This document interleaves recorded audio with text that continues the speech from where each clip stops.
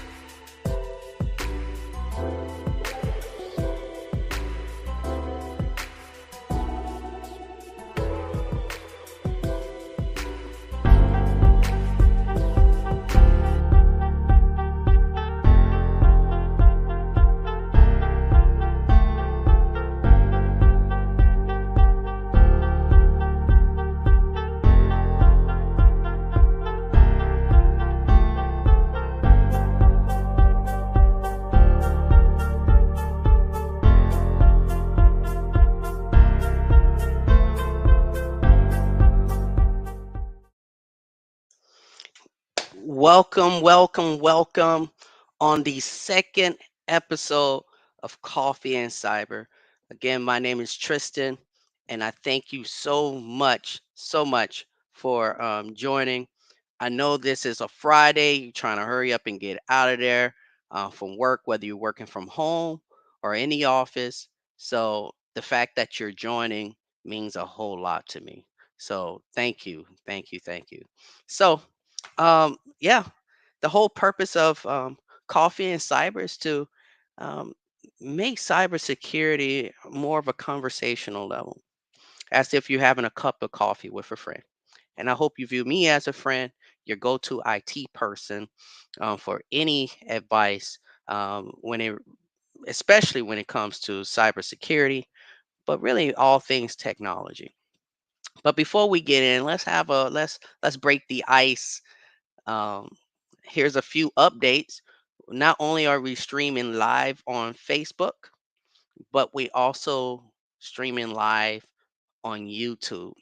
And so now we have two different ways to watch this good content.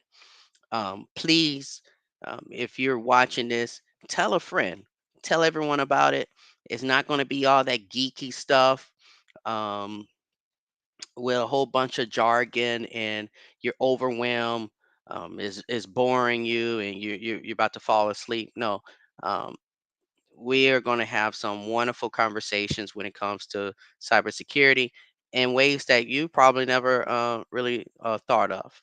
And you're going to really become a cybersecurity expert in your world. And so that's the whole goal, to be self sufficient. Just like you don't need a locksmith to figure out how to go into your home or how to protect it.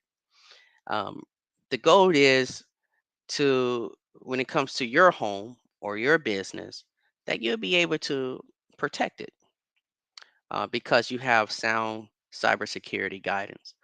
And so, how I break down cybersecurity, I focus on three things: um, the people, the process, and then finally, your products. What are your products? If you really secure those three things, you're fine. You'll be fine, and you'll see throughout. You'll see throughout um, this episode that those three things always come up: either the person, the process, or also um, the product. So, I told you I have my coffee. Do you remember how I drink my coffee? Put it into the chat, because again, at the end of the month, we're gonna play a game. We're gonna play a game on the episode, and I'm gonna be dropping little gems, and I'm gonna see if you remember. So look at the first episode to find out. You don't have to look in the middle. We're straight in the beginning. I reveal how I drink my coffee. So remember that, because that may come to be a type of game. I also gave you a different clue of the processes to ensure security, the three ways. So I talked about that. That may be part of the game. So you- I'm going to be giving out some good prizes. Let's just say that. So, but anyway, so I have some coffee, and I said that I have a special guest. Don't be shy. Come on, special guest. The perfect companion. Perfect companion. I'm not gonna say what type of donut because they not sponsoring me, but hey, you know the donut. If you if you're watching it, and you know, you gotta let me know. Gotta hook me up. I would love to love a sponsor. So I make my live more professional, So remember the quote I mentioned, that you don't have to be perfect to start something. Eh, That really that really says something to me, because being on the camera. I mean, well, first of all, being on YouTube, I live on YouTube. I love YouTube. YouTube changed a lot of lives, a lot of people lives. But anyway, um, you just see how polished these webinars be, and I'm like, man, I want to get like that. And so you may feel intimidated, you don't want to start something, but don't be that way. You got to tell yourself, look, it's not going to be perfect, but you're you, that's really when you know the true fans. You have your true fans. They see that your whole process and stuff all messed up. Um, you really just getting started. You're on a shoestring budget or something like that, but they still support you. And so If you build it, the people will come. The people will come.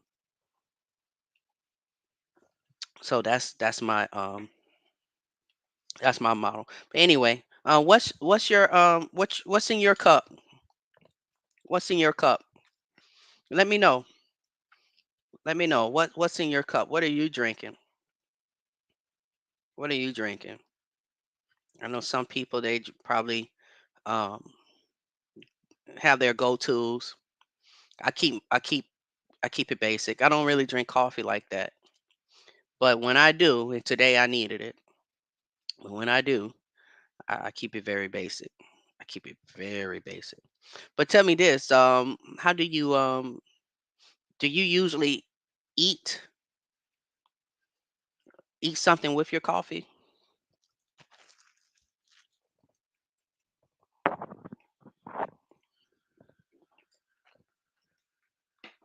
Let me know. Donuts are perfect. Donuts are perfect. Also, muffins. Okay, some people be bougie. They eat croissants and what have you. I remember when I was working at the call center. Yeah, fun fact: I used to work at the call center. Met some great people there. Met some very good people there. I met family at the call center. Anybody who work at a call center, you have those who you don't like. Which honestly, I didn't have any problem with people. I didn't have any problem with people. I had people who I knew keep it cordial. Don't be around them much. But for the most part, man, I met some great people at the call center. I still keep up with them, catch up with them. They the one who really encouraged me to do this, not this like a video, but really pursue IT. They were my first customers. They were there. So anyway, man, when I was working at the call center, man, you got to be careful. I was drinking in the morning.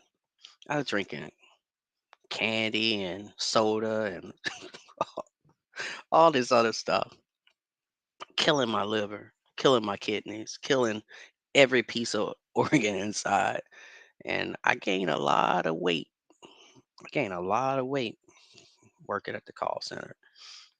So, really, comparatively speaking, coffee is really just, water. But then when you start jazzing it up with the sugar and what have you, you back to square one. So, I don't know. I don't know. But coffee does have its health benefits. So, I guess I want to be honest. I want to tell you one last thing. Since we're having a conversation, so I'm going to tell you why I don't mess with coffee too much. Um, the way how it affects people, like like people who love coffee, they like I have to have it. Like I have a good friend, man. He used to drink 7 cups of coffee, 7 cups, and then it helped the type of job he had too. 7 cups. I was I was able to talk him down to 3, but man, so it's just the effect. Like it's like an addiction rather. It's just I don't want to be controlled like that. So, but hey, it's cool. It's cool. So, what are we going to talk about today? Well, it's really going to be a carryover from last episode. So, if you remember last episode, I broke down some of the ways a person can hack you, and we went on the psychological level because if we understand if you understand that you're going to get got, naturally you're more reserved. You put the pressure on the person to prove their innocence, their trust, what have. So when you attack it, where I see where many companies they try to do repetition, which is true, which is good. So we're going to train our employees. We're going to have all these tools. We're going to have all these webinars and what have you, and that'll get the person to be cyber resilient. And it doesn't. It works, but there's a fail safe. Think about it. What's think about the top 5 things that's on your mind. And I guarantee it's not, oh, should I click on a link? Psychologically, we have so much on us.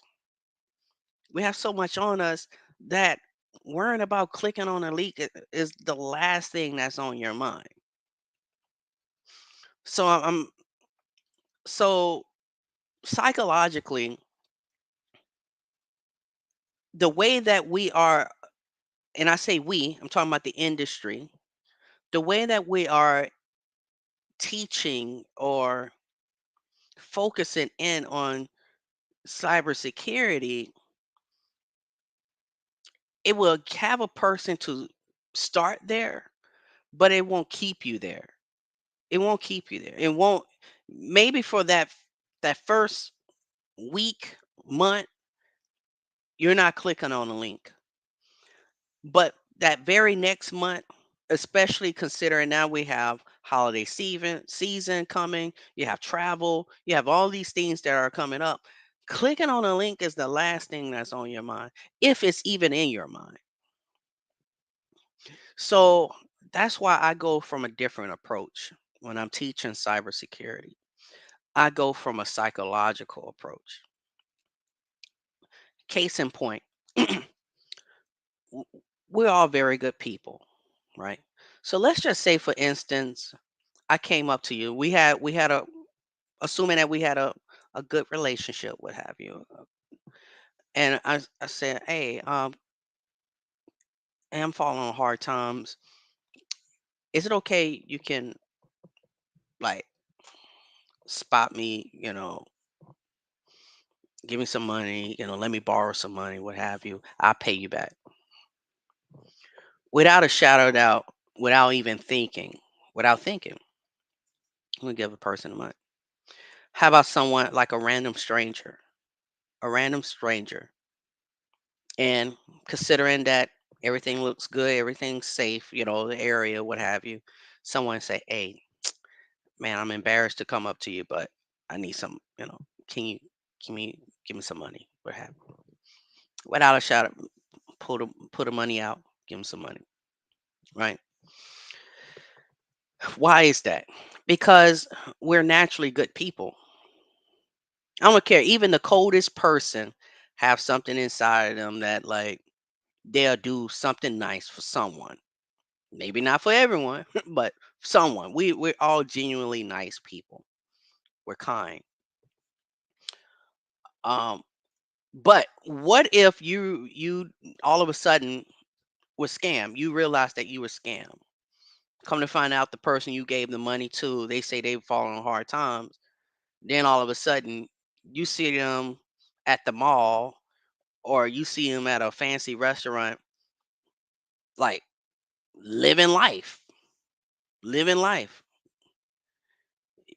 S- Psychologically, something switch in your mind. You're like, oh, okay. And then what do you say? I know next time. I know next time. So automatically there's a switch. You went from being generous to now, I don't know. I don't know. So that's the same way that I approach cybersecurity. Where in the beginning, I see a link, I see a website, I see a name, I see the title, what have you. Oh, it's legit. Okay, good. Give it a benefit of doubt. Oh, why would this person ask me? Oh, wait, I did order something at Amazon. Oh, wait, until you get got one day. And then it's like a switch. I know next time. So how I approach to cybersecurity is from a psychological standpoint. If I can get you to see the psych, the you know, just the very essence, the psychological attacks, what leads to the cyber attack, because it starts psychologically, and the bad actor knows this. They know that you're busy. They know that you're distracted. So the battle have won. Only thing they need to do is be so convincing for you to click on the link. So, so we discussed how we did that last episode. Intimidation, being familiar with you, acting as if, hey, everyone else doing it. How about you? Um, Putting a little urgency. Um, it's all these ways and many more that we talked about in the last episode are ways that a person can get you. Now, when I talk to when I talk to people, they say, "Oh, that'll never happen to me." Oh, that's common sense. Of course. Why would you click on a link? As if they like underestimating just how successful it is to get got. It's very easy. And that's another way the hackers want you to be. Oh, it's not going to happen to me. And that's what many people think. They think, well, it's not going to happen to me. Why would anyone want to hack me? And even if someone try to hack me, I'll be able to know. Congratulations, you are primed to being hacked. You're just primed of getting hacked. And to be honest, many people are hacked before they even realize it.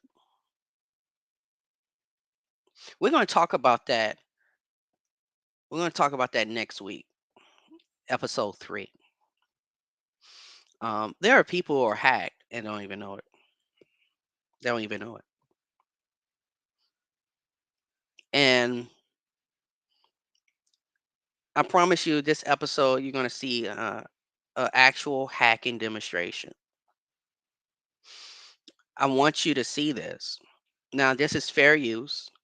I got permission from my number of partners with cybersecurity and cybersecurity awareness, and educating so many people. So we have a wonderful partnership. So this is fair use, and I have permission to share this video. But I want to share it with you all because here is a guy who he knew he was going to get hacked. He knew. He actually went to some good hackers and say, "Hey, I'm doing a little, you know, creating a video, just how easy it is to get hacked, and I want you to hack me. I want you to hack me." So they set up the ROE, or rules of engagement, of course, what they can and can't do, what have you. And there it is. He knew he was going to get hacked. He knew it. And when you watch this video, you're going to see just how easy it is to get hacked. How easy it is to get hacked. This guy knew. Think about that. This guy knew that he was going to get hacked. So when he had his inbox, or when he's carrying on his day, he should be high alert. It's just like if I told you, "Hey, I have an appointment with you tomorrow around this time. I'm going to break into your house." Well, what are you going to do? You're going to be like high alert. This guy was in high alert and he still got hacked. And you may wonder how in the world that happened. Well, I'm going to show you how easy it is to get hacked, all because from a all this is just psychological. So enough of me talking. I'm about to share this video. Now, fair warning, this guy was so shocked that he got hacked that he lost his professionalism for a brief moment because he was that shocked. So apologies ahead of time. Um, but that being said, let's watch the video.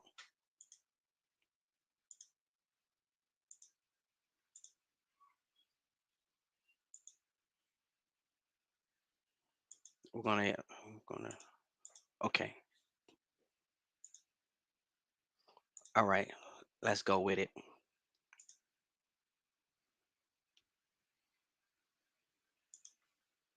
Hackers are everywhere. From Ashley Madison to JP Morgan, from Jennifer Lawrence to the federal government, our biggest celebrities, corporations, and institutions have all been the targets of devastating cyber attacks. I wanted to see how bad a hack can get, so I invited a few of the world's best hackers to try to hack me and show me where my vulnerabilities are. And now I'm going to meet them in Las Vegas at DEF CON, the biggest hacker convention of the year, and see what they found. This might not have been the best idea. DEF CON is the biggest hacker convention of the year. It's a place where thousands of hackers come to hear talks, to demonstrate their newest hacks. It's actually a place that's so dangerous to be on the internet that they tell you to turn off the Wi-Fi and the Bluetooth on your phone. And they tell you not to use the ATMs too, because those could be hacked as well. This is the DEF CON ballroom. This is sort of the main room where things are happening, and it's pretty wild. I think this is Car Hacking Village. This car is locked. Can you get me in? I'll unlock it for you. Should be good.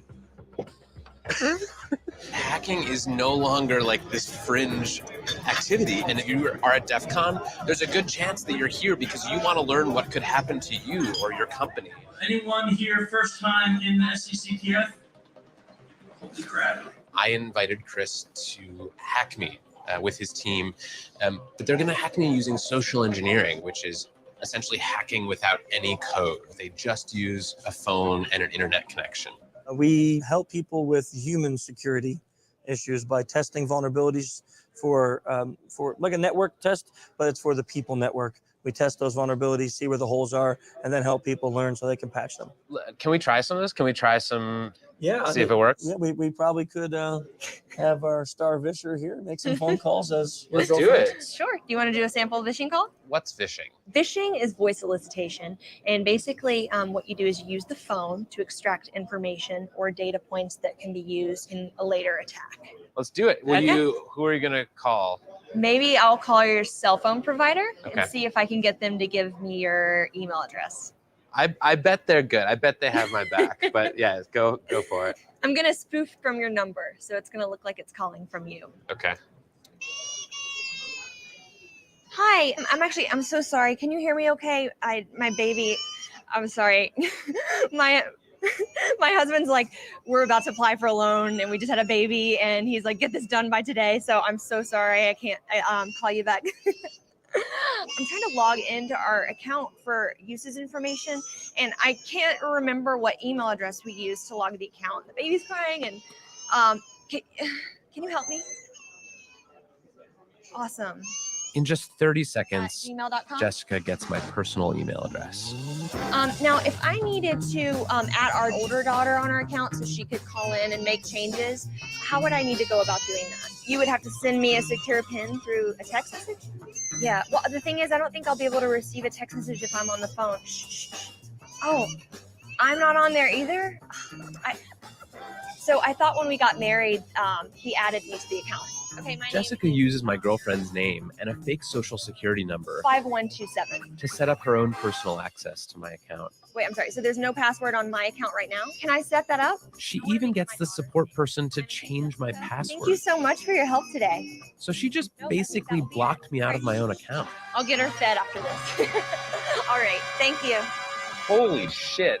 So they just gave you access to my entire cell phone account. You're going to have to go on and change your password now because it's Jess, my name. And all it took was a crying baby and a phone call. Yes.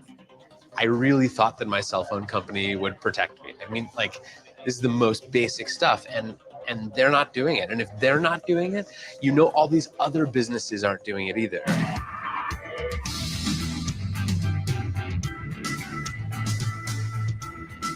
Anyone with a phone and an internet connection can do social engineering. But I was curious, what can a hacker with serious coding skills do? Well, DEF CON is the world's biggest hacking convention. It's hacking everything, hacking social, hacking hardware, hacking software, hacking various systems. I asked Dan Tentler, a well-known security researcher, to turn all of his firepower on me. I did get into quite a number of things that I found. So what were the first things you did? How did you start hacking me? I quickly found your Squarespace blog and had an idea. Basically, what I did was created a bogus Squarespace site and sent an email to you, a fish asking you to go to this website, run this certificate installer. And I did it because I'm an idiot. So once you ran that, it gave me access to your computer, and I created several fake pop-ups that looked like system pop-ups that would ask you for your credentials. You didn't even have to have my passwords. No, you gave them to me. I gave them to you. Yeah. So I stole your 1Password keychain.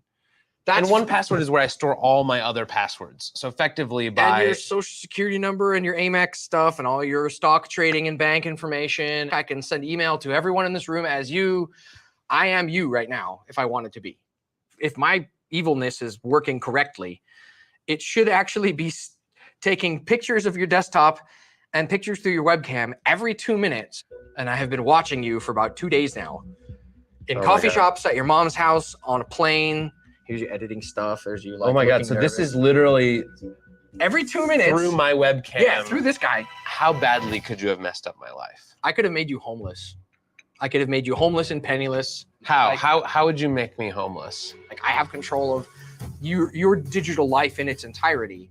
I have all your credentials. I have all your access to all your financial information, all your work information, all your personal information. I can pay people with your bank account or your Amex account. I am you. I can fully impersonate. Like the only thing I couldn't doctor would be like your fingerprints. This is like as bad as it gets. It's ridiculous. Yeah, it's bad. So it turns out that Dan Tentler is very good at his job. I mean, he hacked the hell out of me. He got everything. I mean, frankly, I want to take my computer and throw it into the deepest part of the ocean, and I want to become a hermit, and I want to never touch a piece of technology again, because holy shit, that was everything. That was the keys to my entire life, and he just pulled them out of his pocket. Wow, wow, wow. Wow. Speechless. I told you that it's very easy to hack someone. Very easy. So let's first of all, before we talk about the takeaways, let's break it down. How was he hacked? So let's talk about for a moment the girl. She didn't use any code. She didn't use anything. She just used her human voice. She made her situation believable, having a crying baby that she Googled on YouTube, pull up a video of a crying baby and call someone. So we're gonna talk about this in episode 3. Everything's gonna lead to the next. So we're gonna talk more about that episode 3, but focus on that for a moment. Only thing she needed was to know whether or not your phone provider. That's all she needed to know, which is very easy to get, by the way. Very easy. There are multiple ways to figure out your service provider if I wanted to hack you specifically. And then what she did, she called a representative. Maybe it took one try or multiple tries, but whoever she talked to finally was able to basically change his whole account. Now, why would that representative do that? Because if you notice, She called during a time when it was very easy to get someone who's distracted. She preyed on the person's psychology because here it is. Here's a crying baby. She's rushing. Oh, can you help me out? I'm distraught. My husband putting this pressure on me. Can you please help me? I'm so sorry.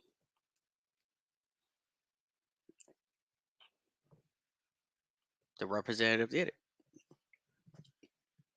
So, what's the takeaway from that? Well, the takeaway for that is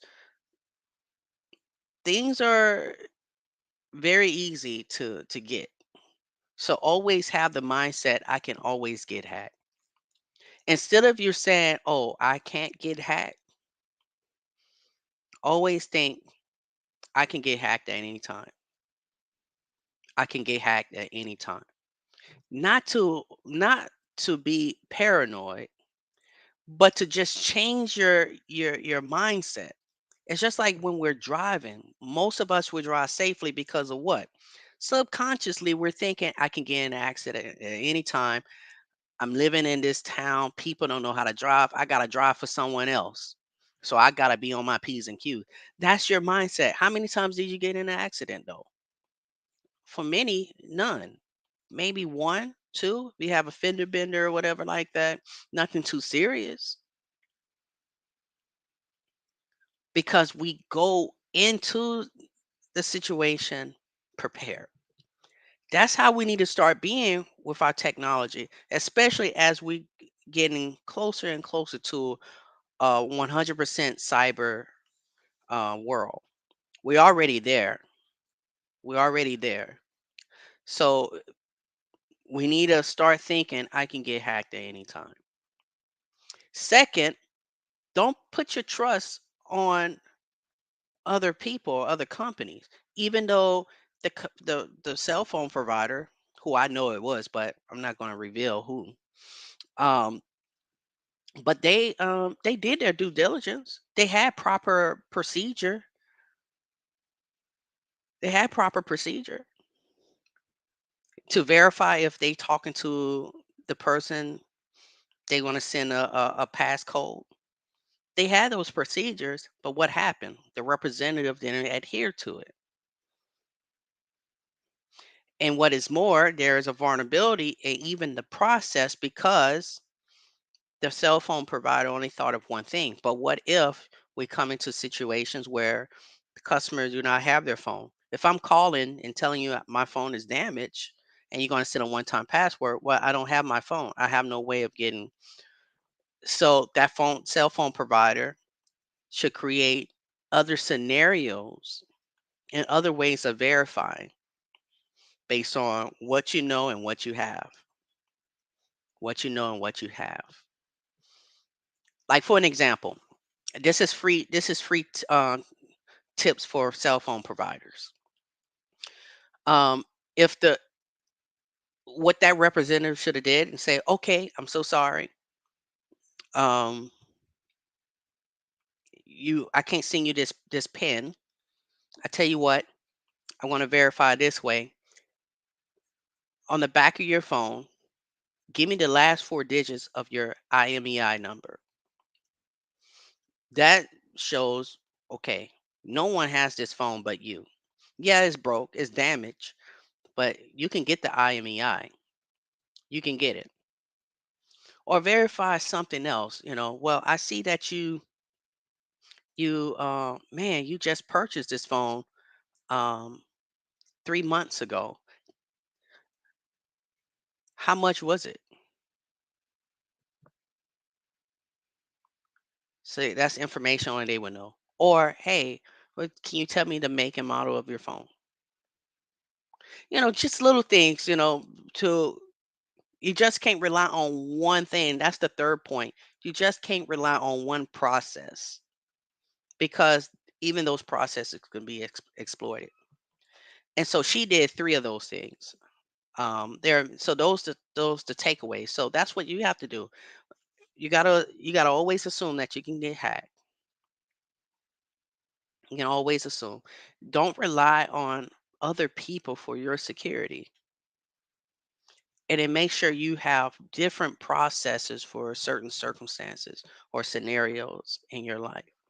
Now, thankfully, for many people on a personal level, that is doable. For businesses, that may take a little bit more detail, and educating the user, our representatives, those who working in our company, and and that could get quite overwhelming. And so that's why um, companies like myself and others are out there to help you in those processes.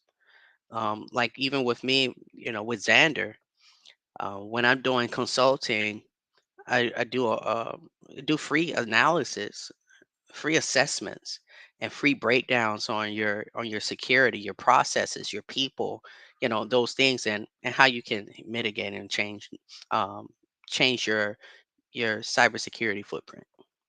So that's one way. Now let's look at the second way he got hacked. Now, just looking at the guy, you knew he was a real deal. The dude had a army, a army backpack, had an antenna and what have you, and that was the reason why he was really going around picking up Wi-Fi, um, um, MAC addresses. So that's why if you if you're not using your Bluetooth, if you're not using your Wi-Fi, turn them off. Turn them off. Everyone wearing a backpack now. Everyone wearing a backpack. You don't know if they have in your NFC. You don't know if they have in those things on to skim and take your information. And that's what he was doing. That's why he was walking around. They used to have big antennas, but now with technology, now it's very small. It's like you can put it in your pocket. You can walk around. You could be picking up people, um, MAC addresses and everything. And you can do a lot of stuff with that. So you already knew he was real deal. But did you see how he got him? Now he asked the guy to hack him. So he knew he was going to get hacked. He knew that he was going to get, you know, um, attacked. But what did he do? The hacker created something that was familiar with him, and there was some urgency. He used Squarespace. That's his bread and butter. That's how he sent out his blogs and stuff. So here it is. That's his money. That's his money pot. So he created email, looked like Squarespace. He also created a website, which was a fake website. And guy, he was like, he clicked on it. Why wouldn't he? That's his bread and butter. But you see how easy it is. So let me share. I guarantee there are people out here that has let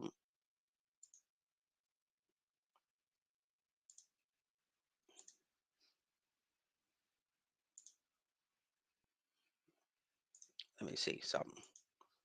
I wanna show this. Well, let me continue talking. So there are so many people out there that have Cash App, right? Everyone has Cash App. Everyone has Cash App. You have so many people who are hacked and scammed by Cash App. Like it's not even funny. It's not even funny. I'm about to share my screen. Let's look into this right quick. Why are there so many people who are scammed? Why? Why so many people are scammed on Cash App? So the reason why, I'm going to tell you the reason why, because everyone has it. Everyone has it. And not everyone click on the link, but the hacker knows to that there will be many who click on the link, not just Cash App, but Venmo and Zelle and PayPal and you name it, even cryptocurrency. in social media and what have you, people use hacker use things that you're familiar with. Netflix, Amazon, you name it. There are so many ways. Hackers just use things that you're familiar with. So here it is. Here's a screenshot of my inbox, one of my inboxes. I want to talk about that in episode 3 as well. Um, why it's very important that you have multiple inboxes for certain things. But we're going to talk about that. So here are one of many, and I have lots of spam, as you can. Well, not as much, 36. But I highlighted this guy here, Cash App. I highlighted this guy, Cash App. So when you see that, many people are not going to really pay attention. You notice they use the dollar sign, the green dollar sign that Cash App use, and it's a confirmation receipt ID, payout verification. Wait, whoa! I got something in my Cash App. Oh wow! And so what happened? Well, let's go to so I click on it, and it said, "Hello, Gizmo ATL. Welcome to Ducky Luck Casino." Um, but here it is. It tells you this how much money coming into your Cash App, and it's valid until this date. And you need to hurry up. You need to hurry up and click on this link so you can get got. So of course you don't want to do that though. But how many people would click on that link? Now, to you already see, I know this is not legit. My Cash App handle is not this, it's something else. And, I got something that was kind of blatant, but I mean, really, would I trust someone that, Ducky Luck Casino and casinos capitalized, but not Ducky Luck? Um, I wouldn't trust that. I wouldn't trust that. But you wouldn't believe the amount of people who do. So there are many other examples, but you notice how he was able to get into. He used something familiar. It was his Squarespace, something that really is personal. Like another way strategy that I would use. Everyone watching Netflix, and so what I would do. There are popular shows that come on Netflix on certain days. If I really want to get people, like right now, there's a series on Netflix that everyone is watching right now, and it is a new episode on a certain day. What I would do, I would send it 3 hours before it actually come out. That hey, you need to change your password immediately. There was some suspicion that was going on, and we're gonna, for security purposes, we're gonna lock out your Netflix. To verify that is really you, click on this link. You wouldn't believe the amount of people that would, because they don't want to miss out on that show. So there's many ways to get hacked. And what's going on? From your standpoint, you're looking at like, oh no, I got, or no, oh no, I got some money. You're excited. You don't have time to really, because everything is going against you psychologically. But if you go from the standpoint that I mentioned in episode 1, you think from a psychological standpoint with cybersecurity, you're not going to remember all these tips, but you're going to remember, okay, wait a minute. I'm sensing some urgency. I'm sensing something's not right. No, let me not click on a link. I'm going to go into my Netflix account and change the password. Thank you so much for letting me know, Netflix. I'm going to go and change. Do that. Do that. Because now you're approaching it from a psychological standpoint. Unfortunately, that guy didn't. And did you see the amount of damage? that guy could have did on you, and it was nothing he could do about it. He was already in. He was in for days, and that's him being kind. In real life, a hacker stay in your computer, your system for months. And the reason why they stay there for a long time because they want to get your habits. They want to get your the way you carry on online, so they can mimic you and go to the next person. Also, too, they harvesting all this information from you, especially in businesses. The average threat actor be in um, computer systems for months before they exploit you finally. So some serious stuff. So the takeaway here is not to scare you. It's not to scare you. It's none to be alarmed. It's none to be scared of. If you think cyber smart, this is a psychological battle. You got to be resilient and vigilant when we're using these important tools because it really means your whole life. It means your life. Why do you want to? If we're going to be online and we have automated um, auto drafts and we we just use so much technology, and if someone hacks into that, man, the amount of years it takes to recover from that is just all because of 1 second, or a 1 second act, clicking on a link, not being careful. So hopefully that was very helpful. Hopefully that was very helpful. I love that video. It's actually a longer version of it. I may release the longer version um, sometime in the future, but that was my favorite part. But there's many ways.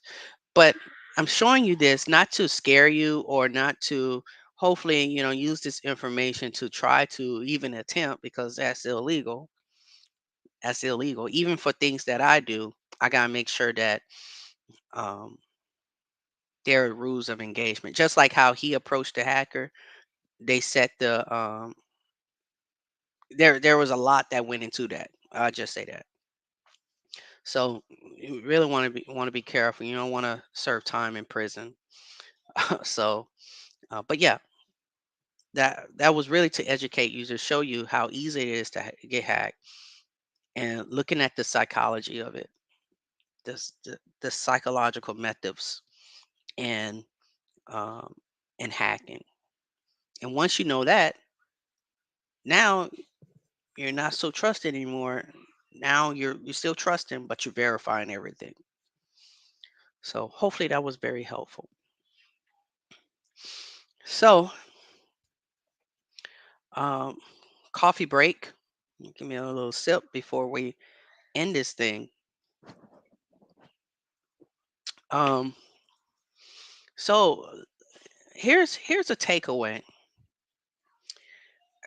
After watching this video, what are your thoughts? What are your thoughts? How are you gonna navigate? So some say that they blocking it. Yes. So yeah, when it comes to those spam calls, I know some people, and even I'm guilty of it. When a scammer call you and you playing around with them, don't do that. Just don't answer. Don't answer because a hacker can use that. How? Well, when they call, they like a call center, so they recording the call. And when you answer, you say something crazy. What did you do? Well, you gave them your voice. You gave them their voice. They can extract your voice, extract it in such a way, and now we have artificial intelligence applications and software where it can mimic your voice. It can mimic your voice. And they already know the number that they call is a live number. And like I said, they know which carrier you have. So what do you think they can do? And so don't play around with these hackers. Don't play around with them. Just don't answer. Make sure you have now, which is very easy. You have these companies that automatically block spam. If you have a Android phone or really Apple as well. Yeah, all these phones now you can automatically block a number to spam. There's another cool feature many people do not know about. So here's a cyber tip. Go into your phone settings and you can actually switch your phone to only allow calls to go through that's in your contacts. So that is wonderful. And that's what I do. So if someone who maybe if someone I just met or if someone who know me because they call me or what have you, not my of course not my business phone. I have other software, other things to weed out spam calls. But I'm talking about my personal. My personal, I have it set where if your number is not in my contacts, your number will not come through. It will not go through. And I also have it on my voicemail. Hey, please leave a message so I can call you back. Another cool feature I have the Pixel, one of the best features ever. I have a virtual assistant. It's only on Pixel phones, but I think hopefully Google, well, I don't know. I doubt Google do it because it is such an um, amazing feature. If someone called me and I don't know that number, I just click virtual assistant and my virtual assistant will answer the call and screen the call. So amazing.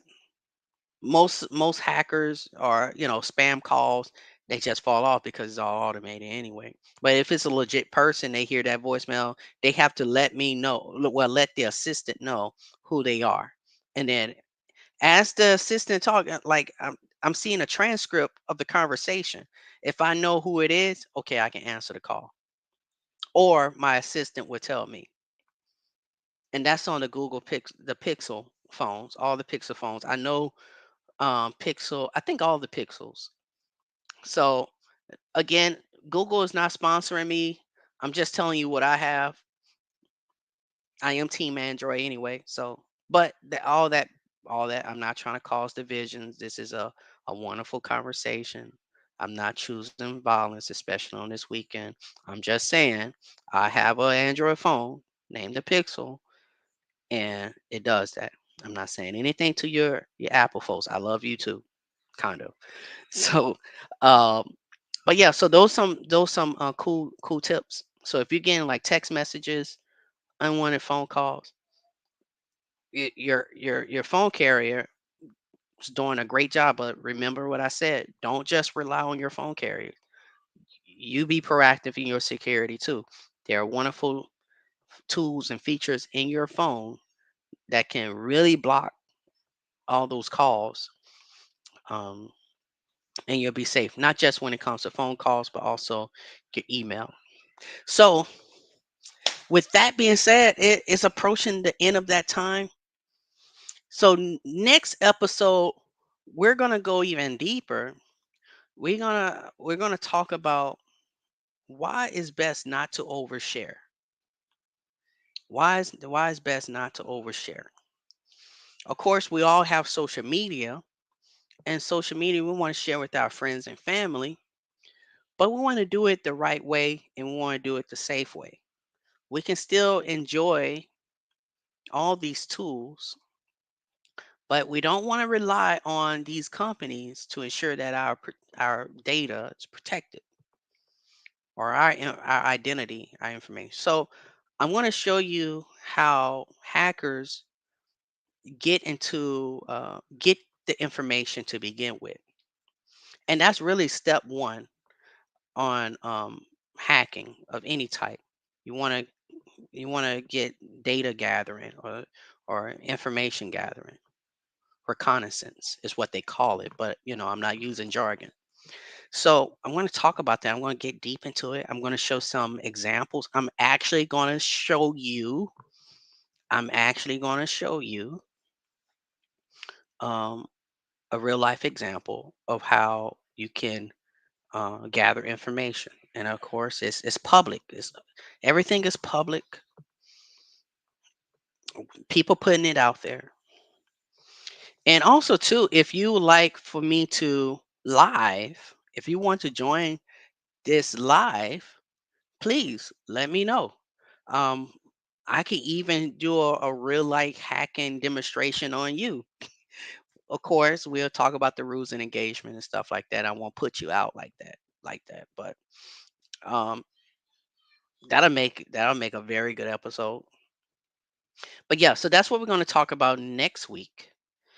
So please let me know. Reach out to me. I'm trying to get better in this. I want more people to see this. So reach out to me.